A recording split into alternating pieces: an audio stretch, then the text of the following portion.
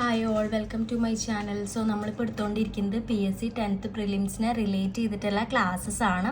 അപ്പോൾ നമ്മൾ ജനറൽ സയൻസിൽ നമ്മൾ മൂന്നാമത്തെ ടോപ്പിക്ക് മൂലകങ്ങളും അവയുടെ വർഗീകരണവുമാണ് ഇന്ന് നമ്മൾ സ്റ്റാർട്ട് ചെയ്യാൻ പോകുന്നത്. അപ്പോൾ നമുക്ക് കെമിസ്ട്രി കേട്ടോ. അപ്പോൾ നമുക്ക് മൂലകങ്ങൾ എന്താണെന്ന് നോക്കാം. അണുസംഖ്യ അഥവാ അണുകേന്ദ്രത്തിലുള്ള പ്രോട്ടോണുകളുടെ എണ്ണം കൊണ്ട് സൂചിപ്പിക്കുന്ന ഒരു അണുവിനെ മൂലകം അഥവാ രാസമൂലം എന്ന് പറയാം നമുക്ക്. അപ്പോൾ എന്താണ് മൂലകം എന്നാണ് ഞാനിവിടെ പറഞ്ഞിട്ടുള്ളത്. അപ്പം നമുക്ക് ഇതിനെപ്പറ്റി ഡീറ്റെയിൽ ജസ്റ്റ് നമ്മളൊന്ന് മൂലകം എന്താണെന്ന് അറിഞ്ഞിരിക്കുക. ഇനി നമുക്ക് ഇതിനെ പറ്റിയിട്ട് ഈ ഭാഗത്തുനിന്ന് ചോദിക്കാൻ ചാൻസുള്ള ചോദ്യങ്ങൾ ഉൾപ്പെടുത്തിയിട്ടുള്ള ക്ലാസ്സിലേക്ക് പോവാം. അപ്പോൾ നമ്മൾ ലവോസിയ മൂലകങ്ങളുടെ വർഗീകരണത്തിന് തുടക്കം കുറിച്ച ശാസ്ത്രജ്ഞനാണ് ആര്? ലവോസിയെ പറ്റി പഠിക്കണം, ഇമ്പോർട്ടൻ്റ് ആണ്.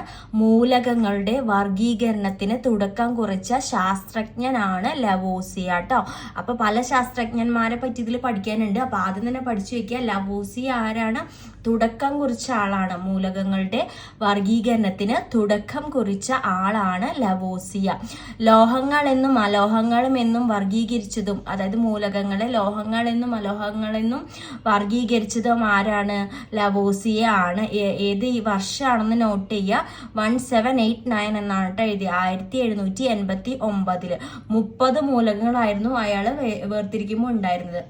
അപ്പോൾ അതും നോട്ട് ചെയ്യാം. ഓക്കെ, ക്ലിയർ ആയി. ഇനി സമാന സ്വഭാവങ്ങളുള്ള 3 മൂലകങ്ങൾ ഉൾപ്പെടുത്തി ഗ്രൂപ്പ് രൂപീകരിച്ചു. ആ ഗ്രൂപ്പിനെ അറിയപ്പെടുന്നത് ത്രികകൾ അല്ലെങ്കിൽ ഇംഗ്ലീഷിൽ ട്രയേഡ്സ് എന്ന് പറയും. ട്രയേഡ്സ് ആണ്. അപ്പൊ അത് രൂപീകരിച്ച ശാസ്ത്രജ്ഞൻ ആരാ? ഡൊബൈറൈനർ ആണ് സമാന സ്വഭാവങ്ങളുള്ള 3 മൂലകങ്ങൾ ഉൾപ്പെടുത്തി ഗ്രൂപ്പ് രൂപീകരിച്ചത്. ഗ്രൂപ്പ് അറിയപ്പെടുന്നത് ത്രികങ്ങൾ അല്ലെങ്കിൽ ട്രയാഡ്സ് എന്നാണ് കേട്ടോ. ഇനി മൂലകങ്ങളെ അതിന്റെ ആറ്റോമിക മാസിന്റെ അടിസ്ഥാനത്തിൽ വർഗീകരിച്ചതും ആര് തന്നെയാണ്? അദ്ദേഹം തന്നെയാണ്, ഡൊബൈറൈനർ തന്നെയാണ് മൂലകങ്ങളെ അതിന്റെ ആറ്റോമിക മാസിന്റെ അടിസ്ഥാനത്തിൽ വർഗീകരിച്ചത്. ഓക്കെ, ക്ലിയർ ആയെന്ന് വിചാരിക്കുന്നു. അടുത്തത് മൂലകങ്ങളെ അതിന്റെ ആറ്റോമിക മാസിന്റെ ആരോഹക ക്രമത്തിൽ രൂപീകരിച്ചത് ആരാണ്? ന്യൂലാൻഡ്സ് ആണ് മൂലകങ്ങളെ അതിന്റെ ആറ്റോമിക മാസിന്റെ ആരോഹക ക്രമത്തിൽ രൂപീകരിച്ചത് ന്യൂലാൻഡ്സ്. ഓക്കെ, ക്ലിയർ ആയി. അപ്പൊ നമ്മൾ കേട്ടിട്ടുള്ള ഒരു ടേമാണ് ലോ ഓഫ് ഒക്ടേവ്സ് അല്ലെങ്കിൽ അഷ്ടമ നിയമം എന്ന് പറയും. അപ്പോൾ പഠിക്കാനുള്ള കാര്യം, അഷ്ടമ നിയമം ആവിഷ്കരിച്ച ശാസ്ത്രജ്ഞൻ ആരാണെന്ന് ഒരു ചോദ്യം വരും. അതാരാണ്? ന്യൂലാൻഡ്സ് ആണ് കേട്ടോ. ന്യൂലാൻഡ്സ് ആണ് അഷ്ടമ നിയമം ആവിഷ്കരിച്ച ശാസ്ത്രജ്ഞൻ. ഇനി സംഗീതവുമായി ബന്ധപ്പെട്ട് മൂലകങ്ങളുടെ വർഗീകരണം ആവിഷ്കരിച്ചതും ആര് തന്നെയാണ്? ന്യൂലാൻഡ്സ്. അപ്പൊ ശാസ്ത്രജ്ഞൻ ന്യൂലാൻഡ്സിനെ പറ്റി ഇപ്പൊ എത്ര ചോദ്യം പഠിച്ചു? 3 ചോദ്യമായി വരുന്നു. സംഗീതവുമായി ബന്ധപ്പെട്ട് മൂലകങ്ങളുടെ വർഗീകരണം ആവിഷ്കരിച്ച ശാസ്ത്രജ്ഞൻ ന്യൂലാൻഡ്സ്. മൂലകങ്ങളുടെ വർഗീകരണത്തിന് വേണ്ടി ആവർത്തന പട്ടിക ഓർ പീരിയോഡിക് ടേബിൾ നമുക്കറിയാം, പീരിയോഡിക് ടേബിൾ എന്ന് കേട്ടിട്ടുണ്ടാവും. തയ്യാറാക്കിയ വ്യക്തി ആരാണ്? ധൃതി മാൻഡ്ലീവ് ആണ്. അപ്പോൾ അത് നമ്മൾ മാൻഡ്ലീവ് എന്നറിയപ്പെടും. അപ്പൊ അതുകൊണ്ട് തന്നെ ആവർത്തന പട്ടികയുടെ പിതാവ് ആരാവാം? മാൻഡ്ലിയേവ് ആണ് ആവർത്തന പട്ടികയുടെ പിതാവ് അറിയുന്നത്. അല്ലെങ്കിൽ പീരിയോഡിക് നിയമം ആവിഷ്കരിച്ചതും ആരാണ്? മാൻഡ്ലിയേവ് ആണ്. ആരാണ് പീരിയോഡിക് നിയമം ആവിഷ്കരിച്ചതും? അദ്ദേഹം തന്നെയാണ്. ഇനി നമ്മൾ പീരിയോഡിക് ടേബിൾ എടുത്ത് നോക്കിക്കഴിഞ്ഞാൽ നമുക്ക് 9th സ്റ്റാൻഡേർഡ് ടെക്സ്റ്റ് ബുക്കിലൊക്കെ കാണാം. നമ്മൾ പീരിയോഡിക് ടേബിൾ എടുത്ത് നോക്കിക്കഴിഞ്ഞാൽ നമുക്ക് ഇങ്ങനെ, അതായത് കുത്തനെ ഇങ്ങനെ വരച്ചിട്ടുള്ളതാണ് നമ്മളെ ഗ്രൂപ്പ് എന്ന് പറയുന്നത്. ഇങ്ങനെ അതായത് വെർട്ടിക്കൽ ലൈനിങ് കാണിക്കുന്നതാണ് ഗ്രൂപ്പ്. പീരീഡ് എന്ന് പറയുന്നത് ഇങ്ങനെ ഹൊറിസോണ്ടൽ ലൈൻ കാണിച്ചിട്ടുള്ളതാണ് എന്ത്? പീരീഡ് എന്ന് പറയുന്നത്. ഓക്കെ, അപ്പൊ പീരിയോഡിക് ടേബിളിൽ ഗ്രൂപ്പുകളുടെ എണ്ണം വരുന്നത് 18 ആണ്. പീരീഡിന്റെ എണ്ണം വരുന്നത് എത്രയാണ്? 7 ആണ് കേട്ടോ. പീരീഡിന്റെ എണ്ണം വരുന്നത് 7 ആണ്. ഓക്കെ, ക്ലിയർ ആയെന്ന് വിചാരിക്കുന്നു. ഇനി മാൻഡ്ലിയേവ് മൂലകങ്ങളുടെ എണ്ണം, മാൻഡ്ലിയേവ് അത് പീരിയോഡിക് ടേബിൾ ഉണ്ടാക്കിയപ്പോൾ നമ്മുടെ മൂലകങ്ങളുടെ എണ്ണം എന്ന് പറയുന്നത് എന്താണ്? 63 ആയിരുന്നു. മാൻഡ്ലിയേവ്, ശ്രദ്ധിക്കുക, മാൻഡ്ലിയേവ് നമ്മളെ പീരിയോഡിക് ടേബിൾ ഉണ്ടാക്കിയ കാര്യമാണ് നമ്മൾ പറഞ്ഞത്. ഓക്കെ, ഇനി നമുക്ക് പ്രധാനപ്പെട്ട ഒരു ചോദ്യമാണ് international year of periodic table. ആ പീരിയോഡിക് ടേബിളിനെ പറ്റി പഠിക്കുമ്പോൾ അതിൽ ഡിസ്കസ് ചെയ്യേണ്ട ഒരു ചോദ്യമാണ് international year of periodic table എന്ന് പറയുന്നത് 2019 ആയിരുന്നു കേട്ടോ. International year of periodic table എന്ന് പറയുന്നത് 2019 ആയിരുന്നു. മൂലകങ്ങളുടെ അവയുടെ വ്യാപ്തത്തിന്റെ അടിസ്ഥാനത്തിൽ വർഗീകരിച്ചത് ആരാണ്? ലോഥർ മേയർ. ഇപ്പൊ ഒരുപാട് മൂലകങ്ങളെ പല രീതിയിൽ നമ്മൾ പറഞ്ഞു അല്ലെ, വർഗീകരിച്ച പല ശാസ്ത്രജ്ഞന്മാരെ പറ്റി പറഞ്ഞു. ഇനി വ്യാപ്തത്തിന്റെ അടിസ്ഥാനത്തിൽ വർഗീകരിച്ചത് ആരാണ്? ലോഥർ മേയർ ആണ് കേട്ടോ. ശ്രദ്ധിക്കുക, മൂലകങ്ങളെ അവയുടെ വ്യാപ്തത്തിന്റെ അടിസ്ഥാനത്തിൽ വർഗീകരിച്ചത് ലോഥർ മേയർ. ഇനി മൂലകങ്ങളെ അവയുടെ ആറ്റോമിക് നമ്പറിന്റെ അടിസ്ഥാനത്തിൽ വർഗീകരിച്ചത് ഹെൻറി മോസ്ലി ആണ്. ശ്രദ്ധിക്കുക, മൂലകങ്ങളെ അവയുടെ ആറ്റോമിക്, നേരത്തെ ആറ്റോമിക് മാസിന്റെ കാര്യം പറഞ്ഞു, അതല്ല, ആറ്റോമിക് നമ്പറിന്റെ അടിസ്ഥാനത്തിൽ വർഗീകരിച്ചത് ഹെൻറി മോസ്ലി.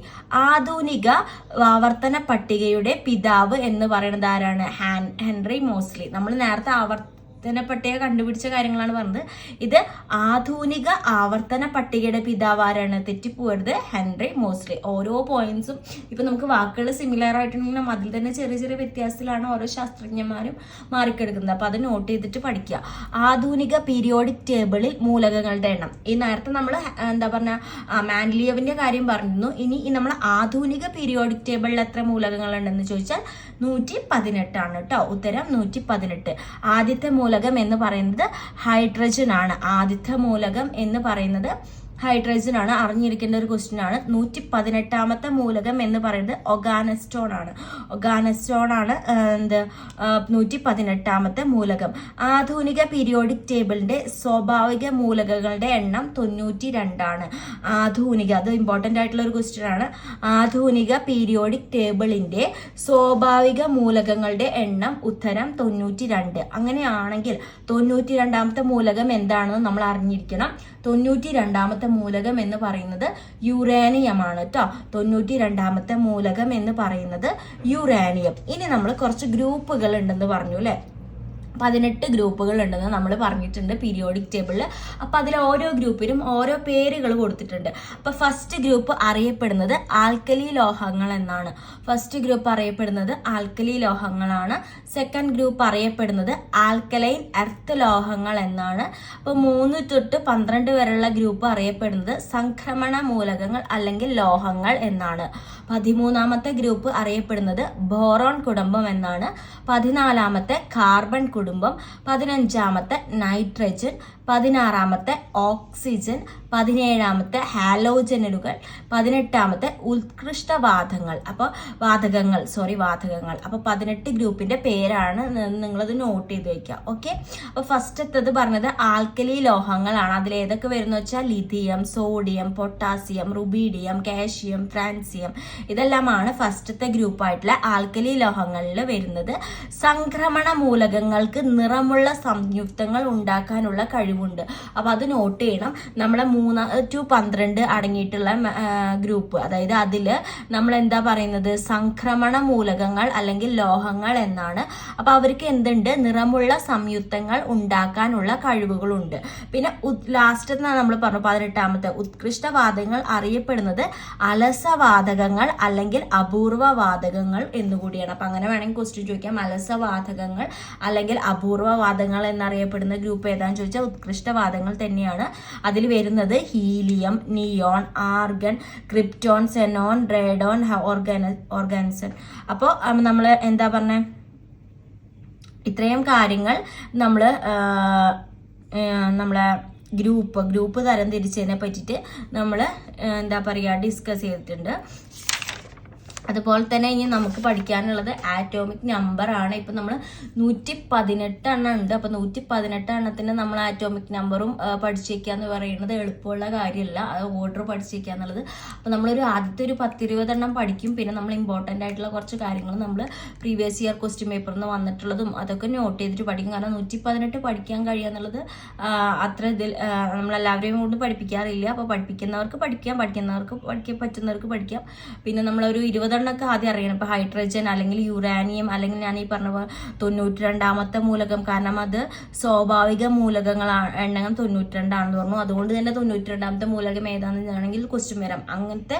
അതുകൊണ്ട് യുറാനിയം ആണെന്ന് ഞാൻ പറഞ്ഞു. അപ്പോൾ 92 വരെ നമുക്ക് പഠിക്കാൻ എളുപ്പമല്ല. അപ്പൊ നമ്മളൊരു ആദ്യത്തെ 20 പഠിപ്പിക്കും. പിന്നെ അത് കഴിഞ്ഞിട്ട് ഇമ്പോർട്ടന്റ് ആയിട്ടുള്ള ചോദിച്ചിട്ടുള്ള കുറച്ച് ക്വസ്റ്റ്യൻസ് നമ്മൾ ഡിസ്കസ് ചെയ്യും. അതെന്തായാലും നമ്മൾ അടുത്ത ക്ലാസ്സിൽ ഡിസ്കസ് ചെയ്യാം. ഈ ടോപ്പിക് ഇവിടെ തീരുന്നില്ല, കുറച്ച് ലെങ്തി ആണ്.